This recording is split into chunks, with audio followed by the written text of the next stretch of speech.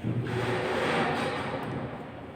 શ્રી કૃષ્ણ વિદ્યાર્થીઓ, ધોરણ 3 વિષય કલસોળ ગુજરાતી. તો વિદ્યાર્થીઓ, આપણે એકમ 9 ભણી રહ્યા છીએ, જેનું નામ શું છે? રંગબેરંગી મસાલો. જેમાં આપણે સૌપ્રથમ સરસ મજાનું ગીત જોઈ ગયા.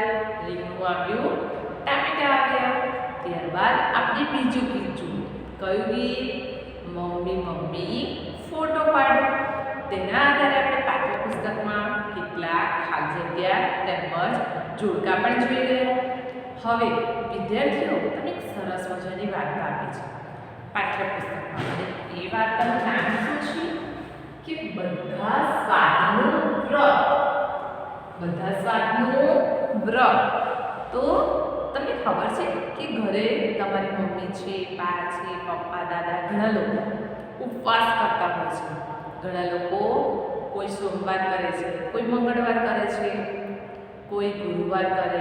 આ રીતે ઉપવાસ કરે. ઉપવાસ એટલે શું કરવાનું? કે આપણે જે દાળ ભાત શાક રોટલી ખાઈએ છીએ, તો એ લોકો દાળ ભાત શાક રોટલી ન ખાય અને એક ટાઈમ ફળ લે, એ દૂધ પીએ, બરાબર છે, અને જમવાનું ન ખાય. એ રીતે ઉપવાસ કરે છે અને વ્રત કરે છે. ઘણા લોકો 11નો ઉપવાસ કરે છે, ઘણા લોકો પૂનમ કરે છે. ખબર છે ને બધાને? તો એને અહીંયા વ્રત કર્યું છે.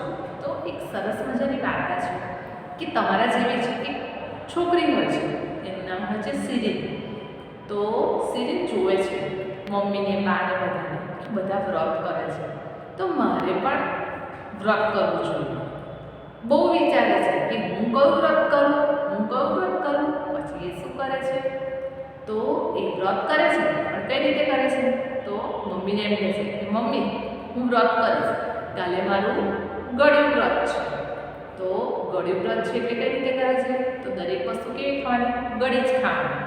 તો મમ્મી ગળ્યા વ્રત માટે ઘણી બધી ગળી એટલે કે મીઠી વાનગીઓ તૈયાર કરે છે.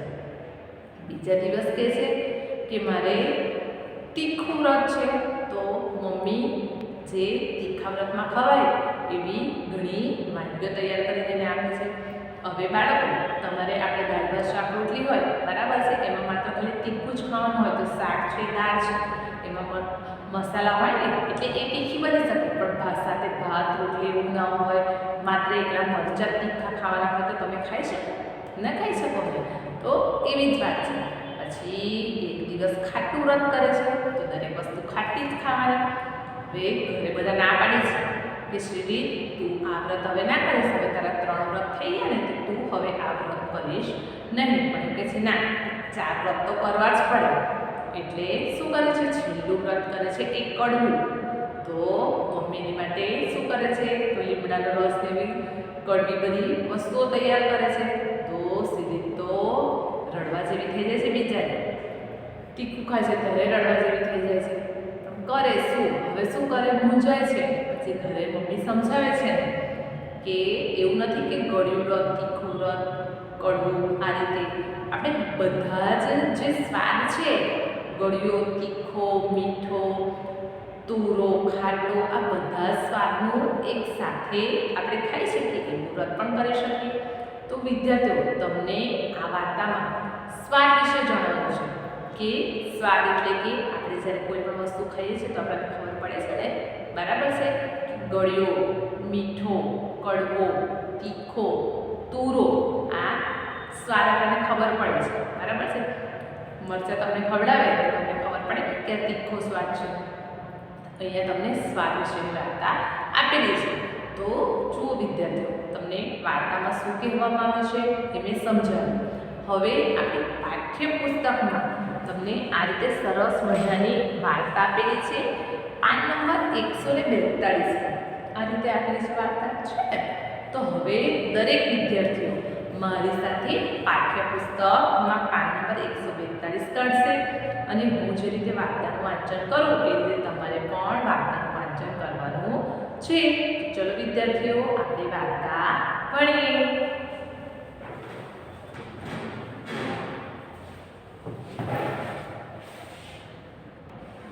તો બધા સ્વાદનું વ્રત. શ્રીના દાદા દાદી, મમ્મી પપ્પા અને બીજા વડીલ એક યા બીજું વ્રત કરે તો શિરીનને થયું કે હું પણ વ્રત કરું.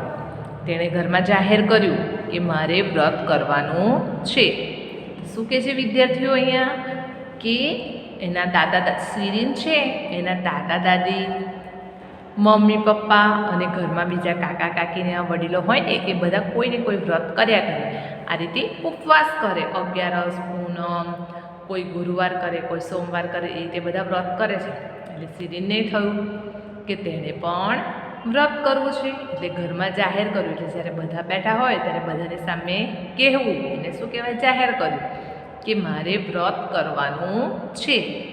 મમ્મીએ પૂછ્યું, ઓહો એમ, કયું વ્રત? મમ્મી શું કહે છે?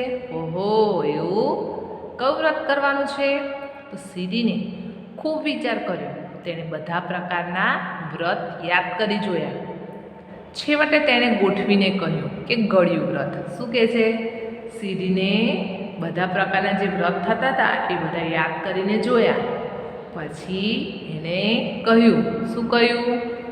કે મારે ગળ્યું વ્રત કરવું છે. તો મમ્મીએ પૂછ્યું, એટલે મમ્મી શું પૂછે છે? હવે આપણે વ્રત વિશે સાંભળ્યું છે. બધી છોકરીઓ છે એ ગૌરી વ્રત કરે છે ને, ત્યારે તમે ગૌરી વ્રતમાં પૂજા કરો છો, વ્રત કરો છો, એટલે કે ઉપવાસ રાખો છો ને બધા. તો એ રીતે મમ્મીએ આ બધા વ્રત વિશે સાંભળ્યું, પણ આ ગળ્યું વ્રત શું છે એમને ન ખબર પડી. એટલે મમ્મી પૂછે છે કે ગળ્યું વ્રત એટલે? તો શિરીને કહ્યું, હું આજે ફક્ત ગળ્યું જ જમીશ. શું કહે છે? કે હું ગળ્યું વ્રત કોને કહેવાય? કે ગળ્યા વ્રતમાં માત્ર ગળી જે પણ વાનગી હોય એ બધી જ ગળી હોવી જોઈએ. તો મમ્મીએ કહ્યું ભલે. મમ્મીએ શું કહ્યું? વાંધો નહીં. મમ્મીએ તો શીરો બનાવ્યો, ખીર અને દૂધપાક બનાવ્યા. તો આપણે ગળ્યું ખાવું હોય તો શીરો છે, ખીર છે, દૂધપાક છે, આ બધું ગળ્યું કહેવાય ને. એટલે મમ્મીએ શું કર્યું કે ગળી વાનગીમાં શીરો, દૂધપાક અને ખીર બનાવ્યા. શિરીન બહેન તો શીરો જમ્યા, ખીર, દૂધપાક ખાધા. મજા આવે એવું જમવાનું હતું. એટલે શિરીન બહેન, એટલે કે શિરીન છોકરીનું નામ છે ને એટલે શિરીન બહેન સરસ રીતે મજા કરીને બધું જ ખાધું. શીરોય ખાધો ને ખીર ખાધી ને દૂધપાક પણ ખાધા. ઘરના બધાએ પણ પોતાના ભાણામાં, એટલે કે આપણે જ્યારે જમવા બેસે ત્યારે ડીશ છે ને એને શું કહેવાય? આ જો બધા ટેબલ પર આ રીતે જમવા બેઠા છે એટલે ભાણામાં, એટલે કે આ બધું જમવાનું લઈને બેઠા હોય ને એમાં બધાએ પણ થોડો શીરો, દૂધપાક અને ખીર લીધા. શિરીનને તો ગળ્યું વ્રત કરવાની ખૂબ મજા આવે.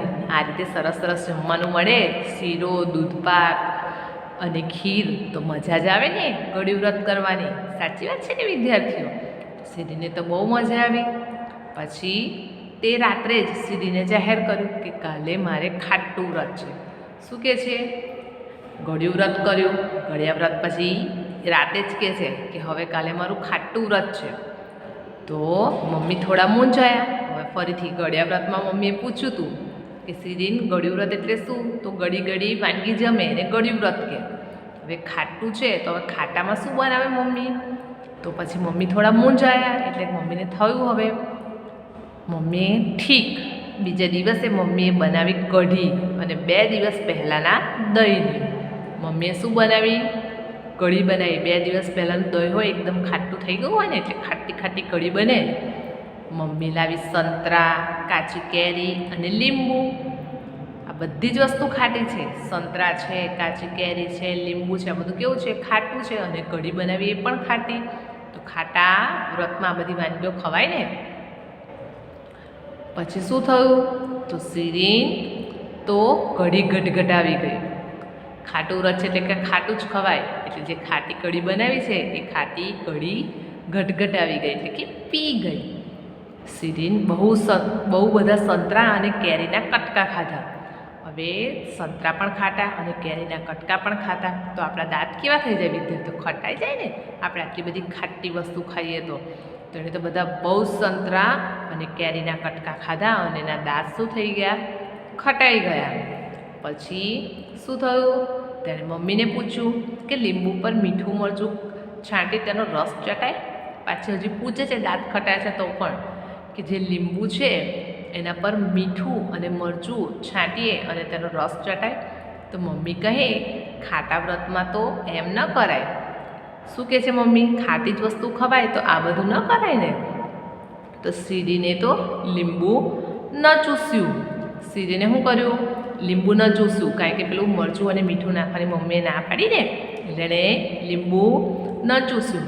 ઘરના બધાએ બપોરે ભાત સાથે કઢી લીધી અને સાંજે સંતરાનો રસ પીધો. તો સીરીના ઘરમાં બધા લોકો પણ સીરી માટે જે વસ્તુ બનતી હતી તે બધા પણ જમતા હતા.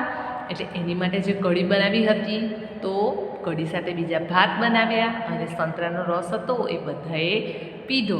તો વિદ્યાર્થીઓ, આ વાર્તા આજે આપણે અહીંયા સુધી ભણીશું.